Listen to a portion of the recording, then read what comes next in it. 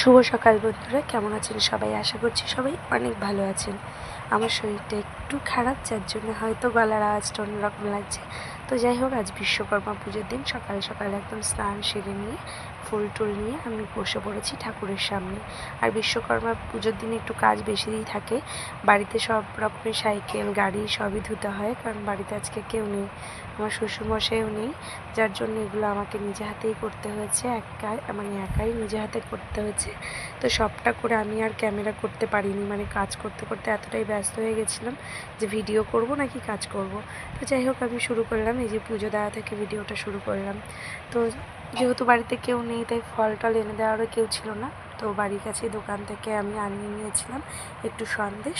তো সেই সন্দেশ দিয়ে আজকে ঘরে এই যে পুজো দিয়ে নিচ্ছি। আর আমার মেশিন, যে হচ্ছে আমার বন্ধু, আমার কাজের সাথী, তো তার সঙ্গে তাকে আজ একটু পুজো দিয়ে নিলাম। আর সেই সঙ্গে এই যে তিনটে সাইকেল গাড়ি সবগুলোই ধুয়ে নিয়ে পুজো কমপ্লিট করে নিচ্ছে। আমাদের বাড়িতে ঠাকুরমশাই আসেন না পুজোতে, বিশ্বকর্মা পুজোতে আমরা ঘরেই নিজেরা পুজো দিয়ে নিই।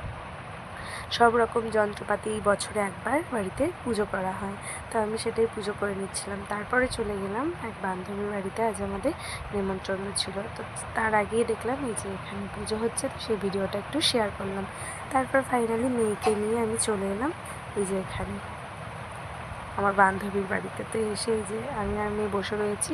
ঘুমটাটা দেওয়ার কারণ হচ্ছে ওখানে রান্না হচ্ছিল পাশেই, তো এত কাশি হাঁচি হচ্ছিল, যার জন্য আঁচলটা আমি মুখে টেনে নিয়েছিলাম, তো ঘুমটার মতন করে।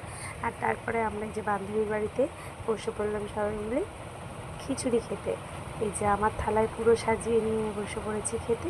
তো খেতেই খাওয়া সেরেই দেখলাম বান্ধবীর বাড়ির সামনে দিয়ে রাস্তা দিয়ে যে যাচ্ছি দুটো মা মনসা ঠাকুর।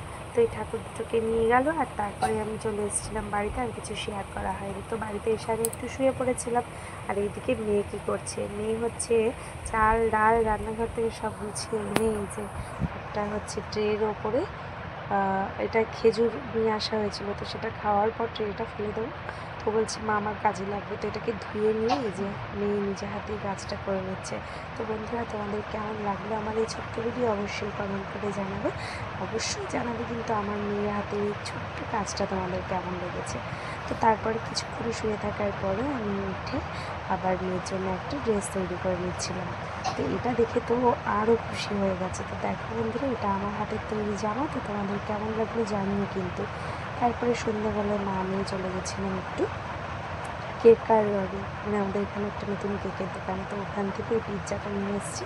তারপর মা নিয়ে দুজনে মিলে খেয়ে নিলাম। তো আজকের ভিডিওটা এখানেই শেষ করবো। সবাই ভালো থেকো, সুস্থ থেকো বন্ধুরা। অনেক অনেক ধন্যবাদ ভিডিওটা দেখার।